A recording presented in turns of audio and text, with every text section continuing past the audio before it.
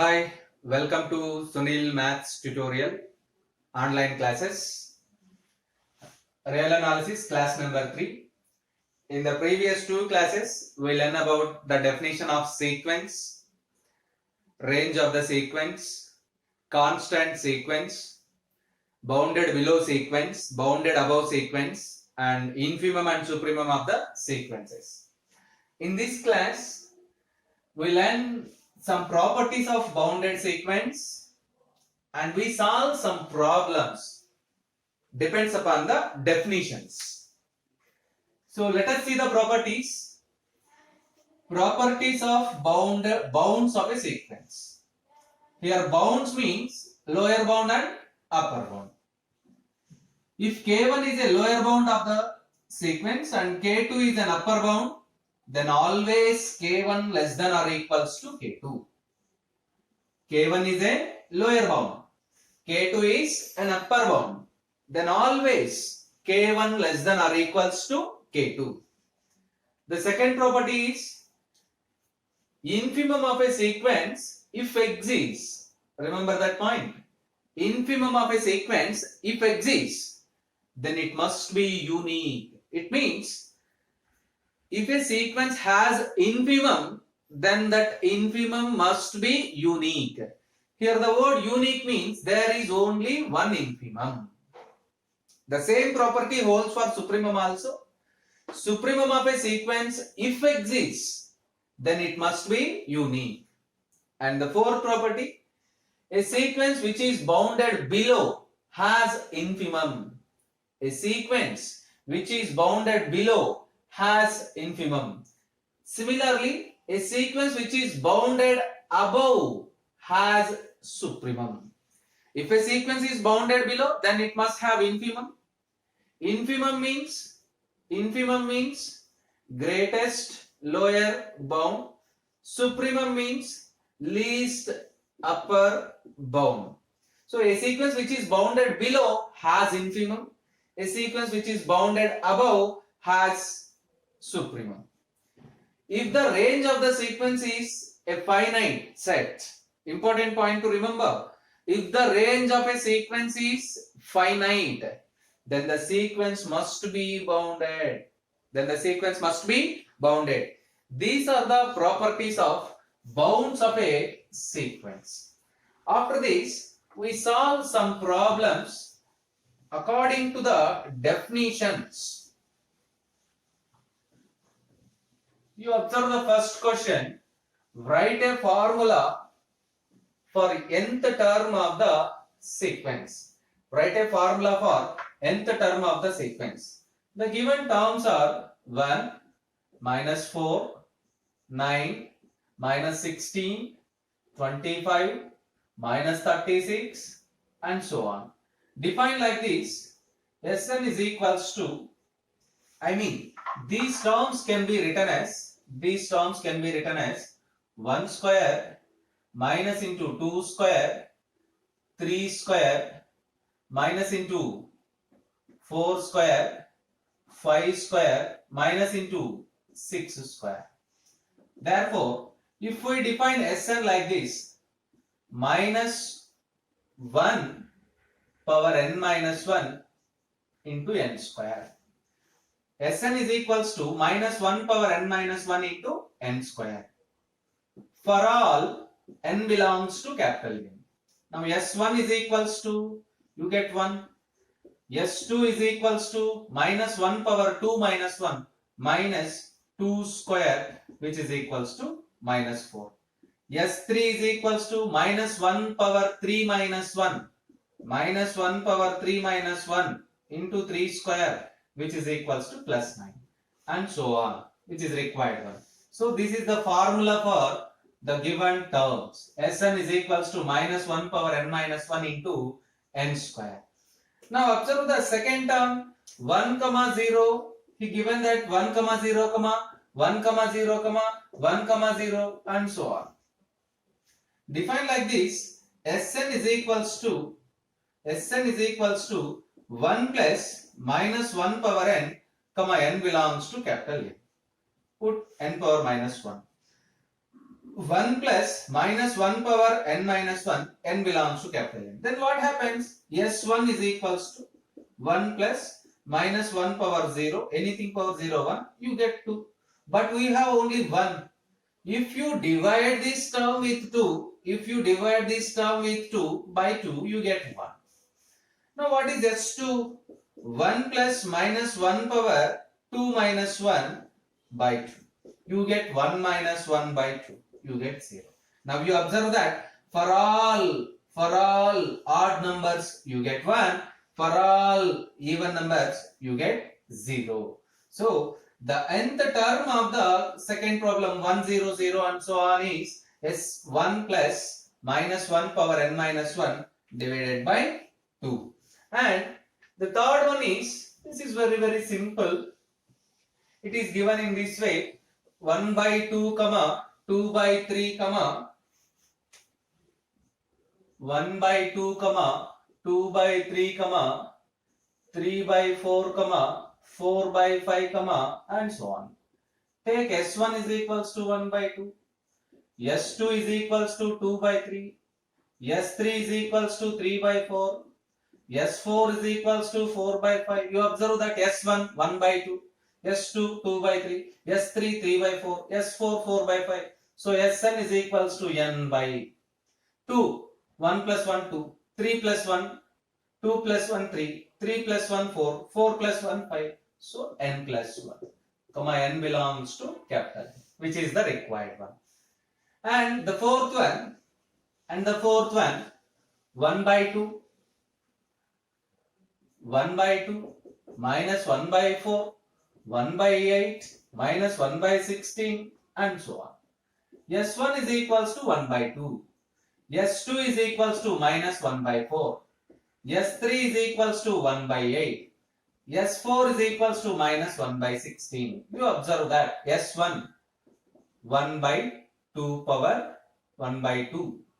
Put in every term we have numerator, so Sn is equals to 1. But alternatively we have minus. For odd numbers, for odd terms we have positive, so minus 1 power n minus 1. For even terms we have minus, so minus 1 power n minus 1. Observe the denominators: 2, 2 square, 2 cube, 2 power 4 divided by 2 power n. Now you observe that put n is equals to 1, put n is equals to 1, you get 1 by 2. Put n is equals to 2, you get minus 1 by 4. Put n is equals to 3, you get 1 by 8 and so on. So which is required the nth term of the sequence. And the next problem is, write the first 5 terms of the following sequences. Sn is equals to minus 1 power n by n. This is very simple. What is S1? What is S1? Minus 1. What is S2? Minus 1 by 2. Sorry, plus 1 by 2. What is S3? Minus 1 by 3. S4 minus 1 by 4. Sorry, not minus 1 by 4. Plus 1 by 4. S5 minus 1 by 5. Replace n is equals to 1, 2, 3, 4 and so on. You get the required terms. And the second one is Sn is equals to 1 by n into n plus 1. Sn is equals to 1 by n into n plus 1. What is S1? 1 by 1 into 1 plus 1. You get 1 by 2. 1 into 2. S2, 1 by 2 into 2 plus 1. You get 1 by 2 into 3. What is S3? 1 by 3 into 3 plus 1. You get 1 by 3 into 4. S4, 1 by 4 into 4 plus 1. You get 1 by 4 into 5. What is S5? 1 by 5 into 5 plus 1, which is equals to 1 by 5 into 6 and so on. And you observe the next term, third problem, S1 is equals to 1. Sn plus 1 is equals to 3 into Sn plus 1. Right. Put n is equals to 1. You get S2. N is equals to 1 implies you get S2. S2 means we put n is equals to 1. 3 into S1 plus 1. S1 is 1. 3 1 is 1. 1 plus 1. You get 4. For n is equals to 2, you get S3. 3 into S2 plus 1. 3 into 4 plus 1. 13. N is equals to 3 implies S4. 3 into S3 plus 1. 3 into 13 plus 1. 39 plus 1. 40. For n is equals to 4, you get S5. 3 into S4 plus 1. 3 into 40 plus 1. 121. And so on. You can solve the fifth one as well. Try yourself. Try yourself. Fifth one. This problem. We try to solve another method of problems.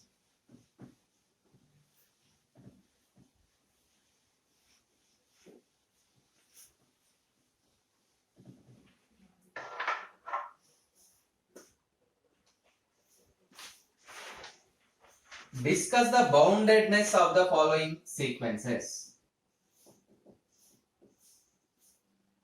Discuss the boundedness of the following sequences. First one, Sn is equals to k. Second one, Sn is equals to 1 by n.